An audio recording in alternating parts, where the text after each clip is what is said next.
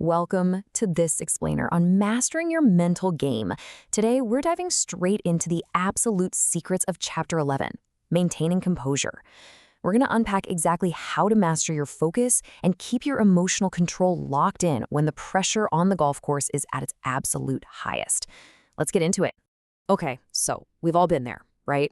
You step up to the 18th tee, you've got water looming on the right, your best round ever is literally on the line, and suddenly, your inner monologue just hits the panic button.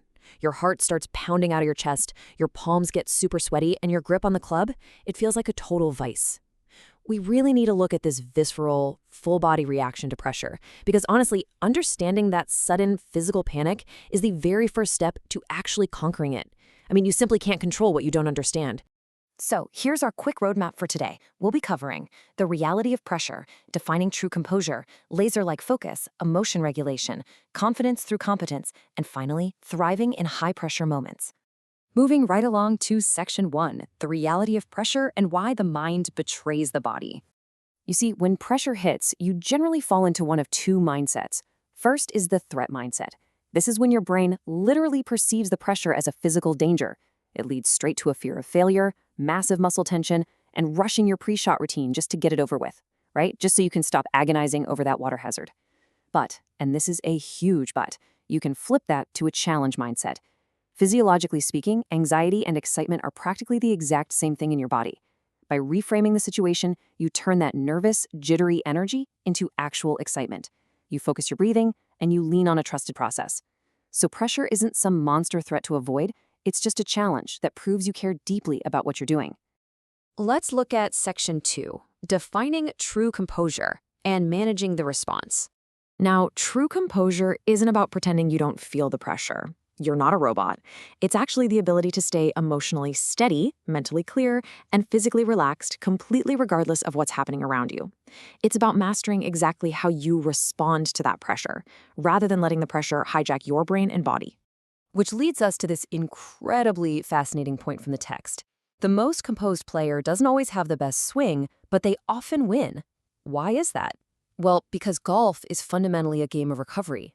Your emotional recovery and your consistency over 18 holes are almost always going to beat out raw mechanical talent on the scorecard. If you can keep your cool while your playing partners are absolutely losing theirs over a slice drive into the woods, you instantly have a massive competitive advantage. All right, Section 3, laser-like focus and the WIN protocol. Focus is the absolute bedrock of composure. And that brings us to a concept called the WIN framework, which simply stands for what's important now. So whenever your mind inevitably starts wandering to the leaderboard, or that terrible bounce you got on the last hole, or the wind picking up, you just ask yourself, WIN, what's important right now? It acts like a mental fence around your attention. It literally forces your brain to drop all those uncontrollables and snap right back to the things you actually can control, like your specific target and your swing tempo. But to maintain that level of focus for a whole round, you absolutely need a structured between-shot reset routine. It's 4 steps. Step 1, accept the last shot. Good, bad, ugly, it doesn't matter, it's in the past. Step 2, take a deep, cleansing breath. Step 3, walk with real purpose to your next shot. And step 4, recenter yourself with a specific mental or physical cue. You have to make sure you approach every single swing with total emotional neutrality, completely detached from whatever happened 3 minutes ago. Which brings us to Section 4, emotion regulation and the biological reset. The absolute quickest way back to the present moment, it's your breath. You inhale for 4 seconds, hold it for 1 to 2 seconds, and this is the absolutely crucial part, exhale for 6 to 8 seconds.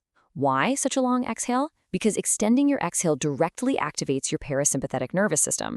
It biologically acts as a brake pedal, lowering your heart rate and telling your brain, hey, we're safe. It yanks you right out of fight or flight mode and puts you firmly back in the driver's seat. And you want to pair that breathing with physical or verbal emotional anchors. Basically, you're giving your brain a direct physical signal that it's time to get composed. This could be something like gripping the club handle really mindfully and noticing the texture. It could be a simple, quick tug of your golf glove as a physical reset switch, or even a verbal cue you mutter under your breath, like smooth and clear. Once you practice this, these anchors act like a literal on-switch for your emotional stability. On to Section 5, confidence through competence, forging trust in practice. See, true composure really has to be built on practiced competence. And you can systemize this by using a composure tracker. For example, if missing a short putt always triggers this rising tide of frustration for you, map out your strategy ahead of time. Decide that your response will be taking a deep breath and saying the word reset. By figuring this out in practice, you are literally hardwiring your emotional responses to adversity before you ever even step foot on the course. To make that competence stick, though, you gotta practice under actual pressure. Try playing worst ball formats. That's where you hit 2 balls and force yourself to play the worst of the 2. It builds incredible mental endurance. Or add real consequences to your practice putts so there's actual skin in the game. You should also time your pre-shot routines to make sure you aren't unconsciously speeding them up when you feel stressed. By intentionally manufacturing high-stress scenarios in your practice, real-world tournament tension is actually going to feel pretty familiar to you, instead of totally overwhelming.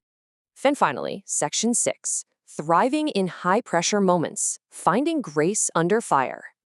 I want you to keep this really profound reminder from the text in mind. The shot doesn't demand perfection, it demands presence. When we feel pressure, we usually trick ourselves into thinking we have to hit the absolute perfect, once-in-a-lifetime hero golf shot. But you don't. Pressure isn't demanding a flawless mechanical swing. It is simply demanding your total, unshakable commitment to the present moment. So, how do we actually achieve that presence? By using the graceful pressure protocol. Step 1, recognize the moment. Step 2, reframe it as a privilege. Remember, feeling pressure means you're doing something meaningful. Step 3, breathe specifically to let the tension out of your shoulders. Step 4, cue your process. And Step 5, commit and just swing. When you execute this short, repeatable little protocol, you literally take the chaotic, nervous energy of a high-pressure situation and transform it into absolute clarity. All right, I want to leave you with this final, provocative question to chew on. Will you let pressure break you, or will you use it to reveal your highest level of composure? The very next time you find yourself standing over a critical, game-deciding shot, just remember that you already have the tools to choose exactly how you respond. That pressure, it's just energy. And what you do with it is entirely up to you. If you found this explainer helpful and you want to dive even deeper into mastering these mental techniques, you absolutely need to grab Unlock Your True Golf Potential by Diane Chaffee. It is available right now on Amazon in hardcover, or you can download it directly to your Kindle app. Thanks so much for joining me for this explainer. Keep your focus sharp out there, and I'll catch you next time.